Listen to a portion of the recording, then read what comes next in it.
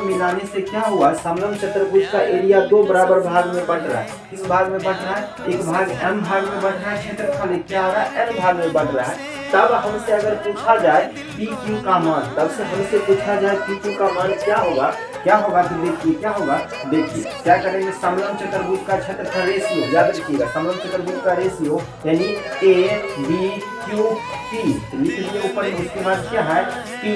Q C D क्या है, समलंब चतुर्भुज का क्षेत्रफल, इन दोनों का रेशियो बराबर क्या होगा, यानी पी क्यू बराबर क्या होगा, याद रखिए अगर हमसे पूछा जाए पी क्यू का मान पूछा जाएगा तब क्या होगा, तो पी क्यू का मान पूछा जाएगा, देखिए तो क्या होगा, जो भुजा का मान, इस समांतर भुजा का मान दे रखा ए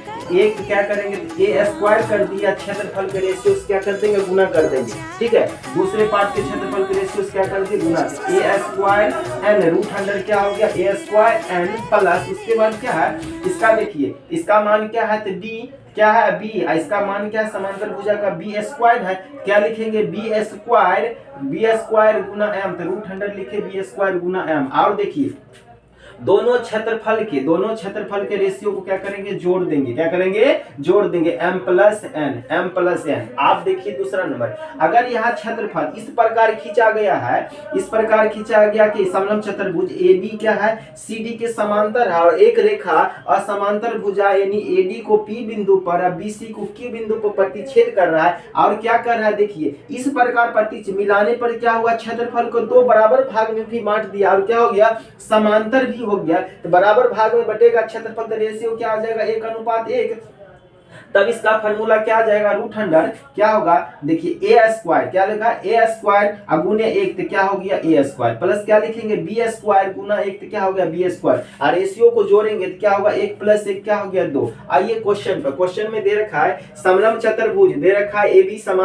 समांतर CD, और कहता है पी क्यू AB तथा CD के समांतर है, पी क्यू क्या है, AB तथा क्या है, AB तथा CD के क्या है, समांतर, और CD का मान दे रखा 9 और AB का मान दे रखा है 13। तो हमसे पूछा जा रहा है, क्या पूछा जा रहा है,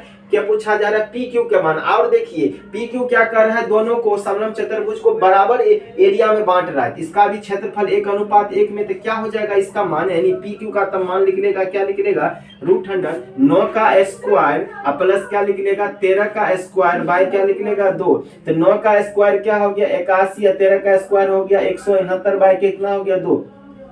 जोड़ने पर आ गया कितना आ गया, 250 बाय 2 तो काट दिए, कितना आ गया 125 क्या निकला, 5 रूट क्या हो गया, 5 रूट 5। कौन सा ऑप्शन, डी ऑप्शन क्या होगा, सही होगा। इसी प्रकार आगे भी क्वेश्चन है, फिलहाल इतना ही, धन्यवाद।